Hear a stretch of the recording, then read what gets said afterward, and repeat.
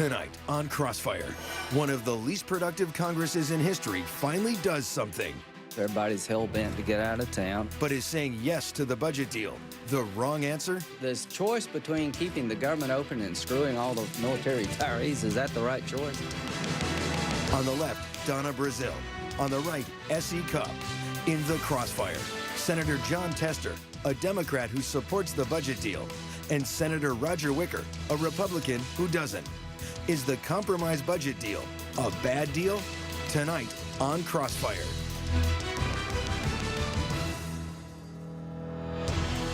Welcome to Crossfire. I'm Donna Brazil on the left. I'm S.E. Cupp on the right. In the Crossfire tonight, senators on different sides of today's budget deal vote. For the quote-unquote least productive do-nothing Congress, this was a big week. Thanks to Paul Ryan on the right and Patty Murray on the left, the budget deal cleared a major hurdle in the Senate this morning, and the final vote comes tomorrow. It's not a great deal. It's arguably not even a good deal. And I understand why some Republicans are unhappy about it. But my theory is this. Voters would rather be angry with their representatives for doing something they don't like than for not doing anything at all. We'll see if our guests agree. Well, no, SC, after the fiscal cliff, the government shut down, the Redskins losing practically every game. We have a bipartisan budget deal that everyone should be proud of. It's not perfect, but we should be proud of it. There you go. In the Crossfire tonight, Democratic Senator Jon Tester of Montana and Republican Senator Roger Wicker of Mississippi. Donna, as our guest host tonight, I'll give you the first question. Well, Louisiana, Mississippi, we get along. We're joined by the Mississippi River. It's going to be good. Senator Wicker, I know you don't like this deal. It's not a good deal for military families, but there are a lot of people in Mississippi hurting right now. Why are you going to oppose this good bipartisan deal? Well, let me say, Donna, I liked your lead-in. My friend Lindsey Graham knows how to turn a phrase. and this is a compromise. I expected there'd be a bunch of stuff in there I didn't like, but I really didn't think it would impact military retirees, single them out in the way it does. And when I asked the question at the Wednesday briefing, some budget people came in. I said, how would this affect a retired senior master sergeant? How much money would he lose per year? Well, they didn't know. They got back to me with the answer, $83,000 lifetime for an E7 who retires, 120-something thousand for an officer. That's 1% of their pay, especially for people who are 62 years old, and it won't take effect to December 2015. There's a bipartisan solution, again, to block this provision in the Budget Act. I think it's Section 403. Senator Shaheen has a bill that would even offset taking this provision out. Will you support Senator Jean Shaheen? I'd love to if we could get a vote on it. As a matter of fact, we tried this afternoon to table Harry Reid's filling of the amendment tree. He files 3 sort of innocuous amendments, blocks every other amendment, which has been the story this year of the entire Senate. And the Democrats, including my friend over here from Montana, did not allow us to offer an amendment that would have done exactly that. Well, Senator Tester, President Obama told you and your colleagues that he wanted extended unemployment benefits as part of this deal. And in fact, your likely 2016 presidential nominee, Hillary Clinton, tweeted this today. She said, "What happens to kids and families cut from unemployment insurance and food stamps? They're too small to fail and deserve an equal chance to succeed." You voted yes on this budget. How would you answer Hillary Clinton's question? Well, I think you both addressed it in your opening. This isn't perfect, by the way. Yeah. I would have written it. Both Paul Ryan and Patty Murray have said that. Bottom line is I think this takes sequestration off the table, which would have done draconian things to our military, education, research and development, and a number of things, and moves the economy forward, moves the government forward in a way where there's more certainty. To get back to Senator Wicker's point, sure. It's true, the amendment tree is full, and if we'd have pulled that amendment out and we bring another amendment in, we change it, the House is gone. They won't be back for 25 days. It's not like that it's going to be taken up again. It's not. We need to give some certainty. That's what this does. It's a bipartisan agreement.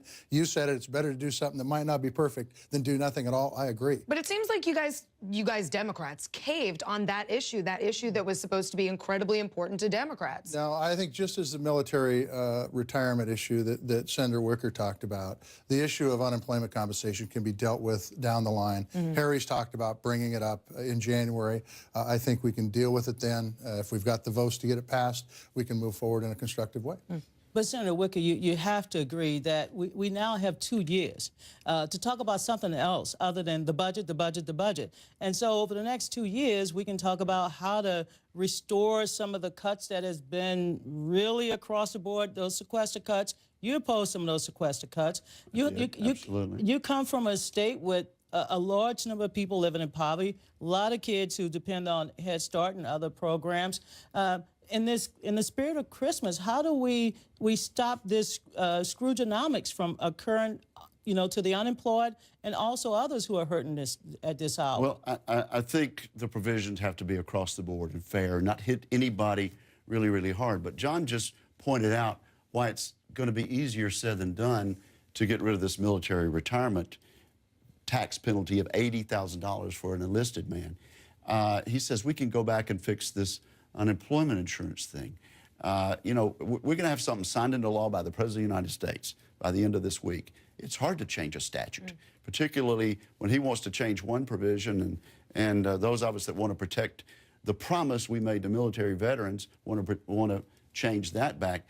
It's easier said than done, and my fear is we're going to see 2014 and 2015, and this thing is going to go into effect and affect people that we made a promise to, that lived up to their end of the bargain, and now we pull the rug out. The other side of that issue is that today, unfortunately, we've got 6 folks that were killed in a helicopter crash in Afghanistan. If sequestration stays in effect, the readiness, the equipment those troops get is going to be severely impacted. So you have to make a call. Nothing's going to be perfect in this world. It's called compromise. And how we deal with this compromise is critically important. And I think that Ryan and Murray did a good job coming up with a compromise that we could live with. Well, let me ask you about some of that spending.